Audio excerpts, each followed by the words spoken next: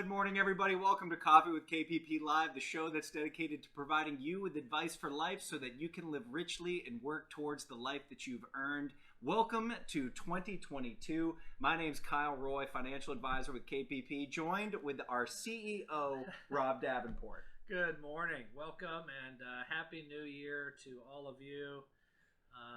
I think this is an exciting time of year, don't you? I love it. Getting off the holidays, I love Christmas, everything that it entails, and I always love coming back to work refreshed and just ready to go. I was absolutely stir crazy these last 6 days.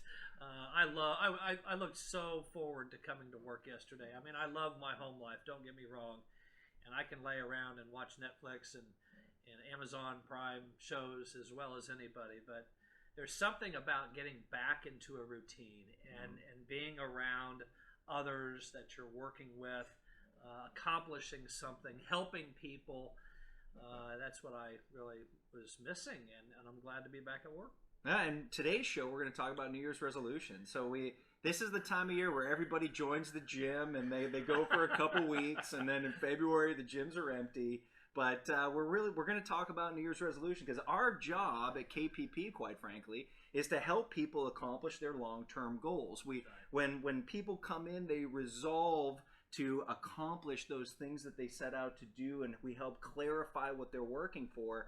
And so really, it's to hold our clients accountable is a key part of being financial advisors. So we just thought it would be a good time to talk about not only New Year's resolutions, but other resolutions that you might want to set for yourself. So do you have any New Year's resolutions, Kyle? I do. I'm glad you asked. You're perfect in most every way. So what are you going to improve upon? You know, there's Michelle would tell you there's nobody more humble than me.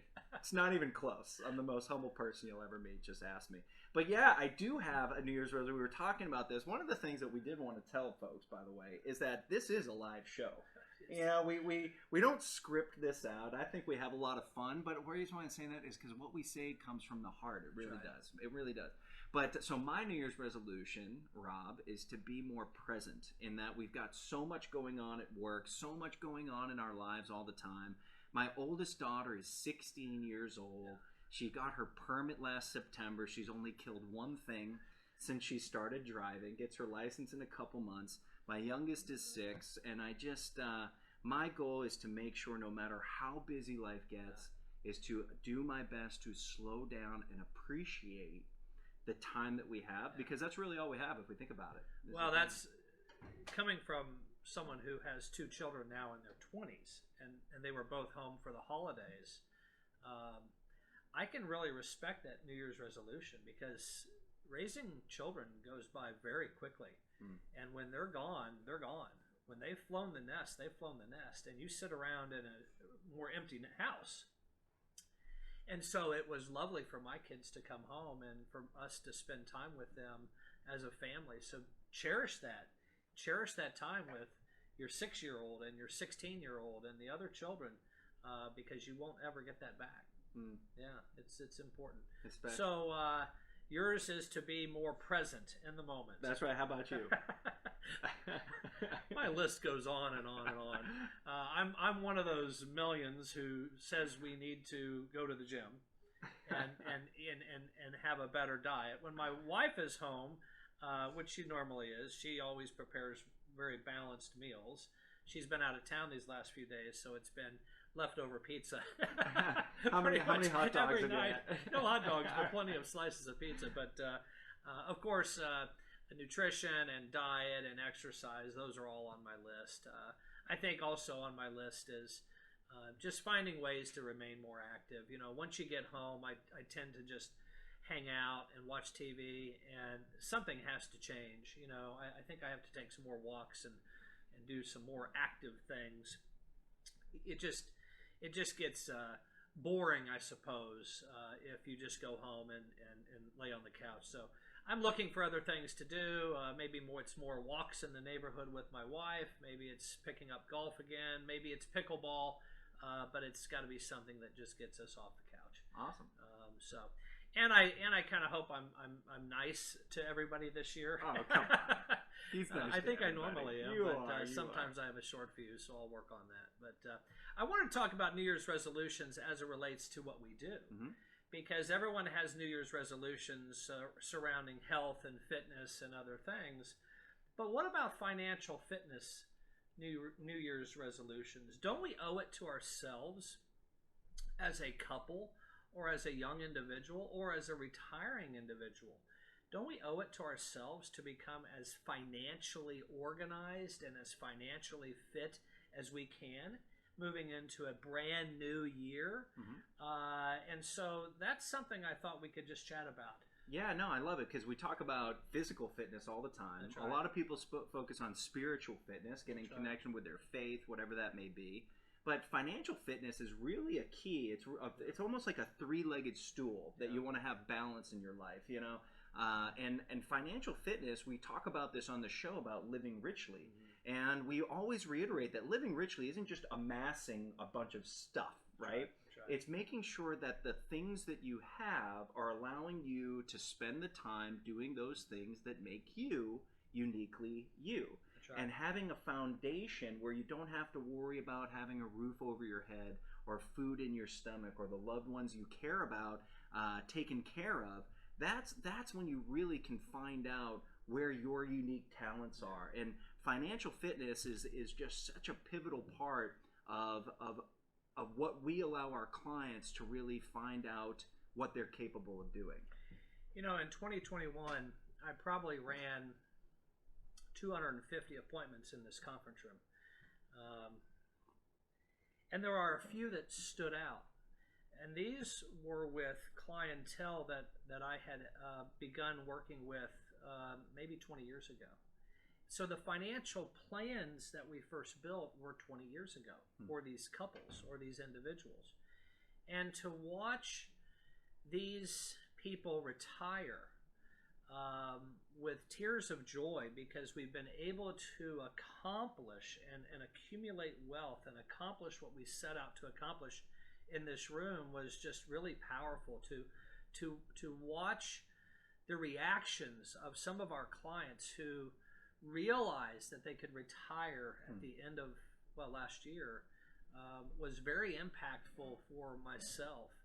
And to see people literally tear up in this room because they know that together we've accomplished something special these last 20 years. And that's really what I find so satisfactory about this profession. We get to help people help themselves.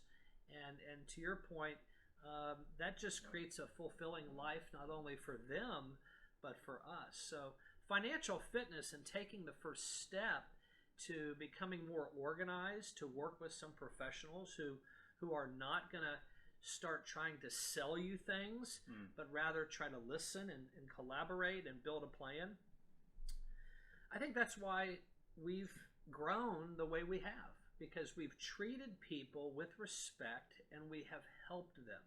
And I just can look back on 2021 on a few meetings that were very impactful, and it just gives me so much drive and motivation to do it again this year. You know, that's beautiful, Rob, because you're right. Of those 200 plus meetings, there are several that you remember, and the others were in that grinding phase almost, right? It's kind of like, and of all resolutions, if you really have a physical fitness goal, whether it's to run a marathon or do something, the training is the most important part, but it's also the most tedious and the hardest part.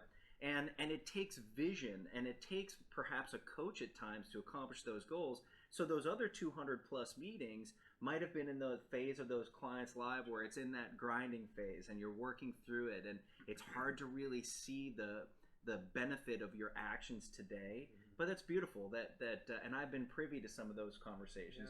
We've had clients tear up because they're able to spend more time with their grandchildren that live around the country. One client's going to be traveling to Africa with friends in the next couple months and do things that really that you and the planning process has just helped make a reality. It's just amazing. I think the planning process is critical, and it's widely overlooked in our industry. And don't allow that if that's what your relationship currently is. It has to be more holistic. It has to be more comprehensive. We have to understand the mathematics behind your wealth creation in order to get you to where you need to be. And we have to understand the emotions surrounding what motivates some people more so than others. So we're blessed. We're blessed to be in the business we're in. I hope people watching this live or recorded and shown at a later date will really think about becoming more financially fit, more organized, spend a little less, save a little more, protect your loved ones, do the right thing, and find some partners to help you. Find some financial coaches to help you. And that's what we're applying for, quite frankly. And the sooner you can do it, the better. The sooner you can have a picture painted of where your future could lead is going to impact you. It's never too late. So if I were to think about some New Year's resolutions that you might want to consider with regard to your finances, if you're, regardless of where you are in your career, but especially if you're younger and you might have just started a new job or you're getting into your career, invest in your 401k, right? If your company has a matching contribution, especially if you're not doing that, give yourself the opportunity to retire at some point, and that is a great resolution. Ask about what your 401k is. If your company has one, that should be a resolution. If you don't have a financial plan, or you're in the middle of your career, you're going to have children, sitting down with a financial advisor and creating a plan so that you can understand college savings, making sure that you have a financial foundation so that you can help your children more effectively, whether it's high school, college, you name it. And I would say if you're a decade out from retirement, I love building plans for clients in their 40s, 50s that are looking forward to retiring soon, because the minute that you can see what it takes to retire in the next 10 years, the more quickly you'll be able to live a confident life, and you'll be able to enjoy the last decade of your career if you know you have an end game that you'll be able to retire with confidence. And having that level of that comfort will just allow you to thrive in that last chapter of your career. So you owe it to yourself. Make a resolution to get started if you're not. And if you are down that path, well, we're always here to give a second opinion and make sure that iron sharpens iron and that you're getting where you want to go. And you don't have to have a lot of money to build a financial plan. You can start off with no net worth and still build a financial plan. Okay, if you're committed to building wealth and to saving, then you're going to be just fine. But please understand that if you are new to the workforce and you have your first real corporate job and they offer you a 401k, take Kyle's advice. Please invest in the 401k for your own sake. And please don't just start at 3% because that's where the company matches. You should, out of the gate, be putting at least 10% of your money away into a 401k. At least. A family, a couple should be saving at least 10% of their joint household gross income. So we need to just reiterate that at times. But once again, feel free to come visit with Kyle and myself or Ben Hopper or Ken O'Neill or others here at KPP. To spend time with us in our conference room getting organized. But it is very important that we get organized and that we move forward with a good wealth accumulation plan for you and your family. So with that, I suppose that was our primary message this morning. That's it. It's beautiful, and I love it how you said you don't need net worth to start a financial plan. Right. I liken it to people saying, "I'm going to lose some weight before I start working out."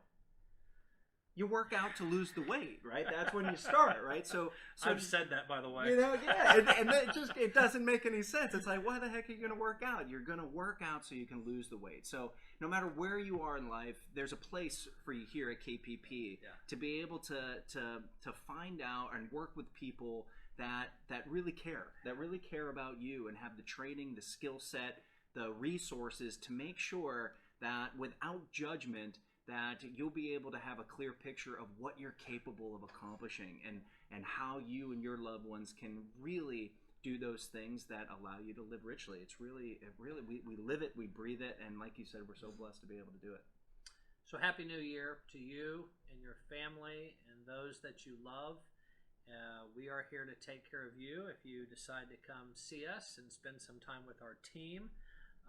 But with that, I just couldn't be more excited for another year to work alongside you and Ben and Ken and Leslie and Anne-Marie and all the others here.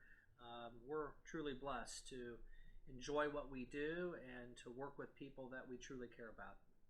Absolutely. So on behalf of everybody, like Rob said, thank you. Our phone number is 502-394-0400. We are located at the corner of Hurstbourne and Shelbyville Road, the best view in all of Louisville at the top of the Flash Cube building.